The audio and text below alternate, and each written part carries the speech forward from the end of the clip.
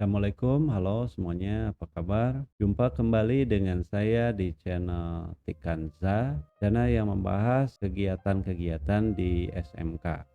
Karena di video saya sebelumnya, saya sudah berjanji untuk membahas mengenai prospek kerja atau lowongan kerja yang berhubungan dengan lulusan SMK jurusan RPL, maka kali ini saya akan membahasnya. Bagi kalian yang belum sub, silahkan di sub dulu karena channel ini akan membahas segala sesuatu yang mungkin bisa membantu kalian menjadi sukses di masa yang akan datang. Untuk pekerjaan atau prospek kerja yang biasanya ditempati oleh lulusan SMK jurusan RPL, biasanya mereka menempati 3 jenis pekerjaan ini. Apa saja? Terus tonton videonya sampai selesai. Yang pertama, programmer. Programmer ini memang tujuan utama dari dibentuknya jurusan RPL atau rekayasa perangkat lunak ini. Programmer merupakan orang yang bertugas membuat aplikasi program. Mereka memiliki tugas merancang aplikasi, kemudian menulis kode programnya, lalu memperbarui kode program dan melaksanakan perawatan aplikasi yang sudah dibuat. Untuk menjadi seorang programmer, kalian perlu menguasai bahasa pemrograman. Bahasa pemrograman yang sedang ngetren saat ini diantaranya yaitu bahasa Java, bahasa Python, maupun bahasa PHP. Ketiga bahasa pemrograman ini banyak dicari oleh perusahaan-perusahaan IT untuk dijadikan karyawan mereka. Berdasarkan artikel yang banyak dimuat di Google, untuk seorang programmer junior atau pemula, mereka akan mendapatkan gaji antara 4 sampai 5 juta. Sedangkan bagi programmer yang sudah lebih lama berpengalaman, mereka bisa memiliki penghasilan antara 18 hingga 40 juta per bulannya. Jika kalian tertarik dengan jenis pekerjaan programmer ini, kalian harus mulai belajar dan mengasah lagi bahasa pemrograman apa yang kalian ingin kuasai. Kalian bisa memilih salah satu dari ketiga bahasa pemrograman tersebut atau bahkan mempelajarinya secara keseluruhan.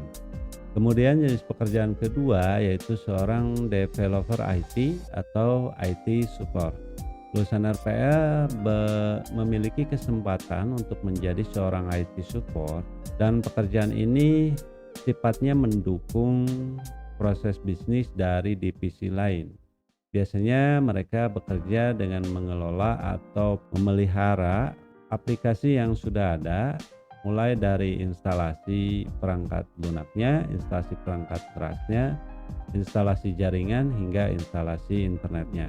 Developer IT support ini berbeda dengan programmer. Jika programmer harus merancang atau menulis kode program, sedangkan IT support ini dia hanya perlu mengelola atau menjalankan aplikasi yang sudah ada. Aplikasi yang sudah ada di sini bisa berupa aplikasi bisnis, aplikasi game, aplikasi artificial intelligence, ataupun aplikasi-aplikasi lain yang sifatnya mendukung proses bisnis dari sebuah perusahaan. Untuk menjadi seorang developer atau IT support, kalian perlu memahami dasar-dasar teknologi informasi atau dasar IT. Biasanya dasar IT ini dipelajari di jurusan RPL di kelas 10. Misalnya pada pelajaran informatika ataupun dasar PPLG. Penguasaan sistem operasi baik itu Windows maupun Linux sangat diperlukan untuk menjadi seorang developer IT. Penguasaan aplikasi Office, Word, Excel, PowerPoint, setting dasar jaringan dan setting dasar internet. Diperlukan juga kemampuan di dalam penguasaan aplikasi editing video maupun editing foto atau gambar, misalnya Adobe Premiere atau Filmora atau Photoshop, CorelDRAW. Tugas dari seorang IT support ini adalah mengerjakan sesuatu pekerjaan yang berhubungan dengan IT yang harus mendukung proses bisnis dari divisi lain. Sedangkan yang ketiga, jenis pekerjaan yang ketiga ini adalah di luar daripada programmer maupun IT support yang sama sekali tidak berhubungan. Misalnya ada yang masuk ke menjadi karyawan Indomart sebagai kasir ataupun sebagai packaging. Ada pula yang ke luar negeri yang bekerja di industri perhotelan maupun industri restoran. Ada juga yang masuk ke perusahaan-perusahaan tekstil di Indonesia, perusahaan garment maupun perusahaan-perusahaan lain yang sama sekali tidak ada hubungannya dengan programmer maupun IT support.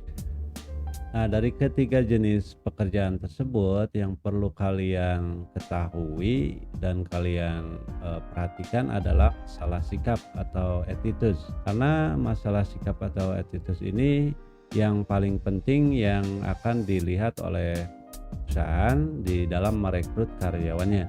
Attitude yang diperlukan oleh perusahaan misalnya sikap jujur, sikap sopan, bertanggung jawab, lalu ulet, tekun, kreatif, lalu tidak gengsian, dan attitude ini dinilai lebih penting daripada skill atau keterampilan yang dimiliki oleh seseorang yang melamar pekerjaan.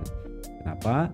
Karena bagi sebuah perusahaan masalah keterampilan bagi mereka dapat dilatih secara bertahap, sedangkan untuk masalah attitude ini lebih sulit untuk mengubahnya.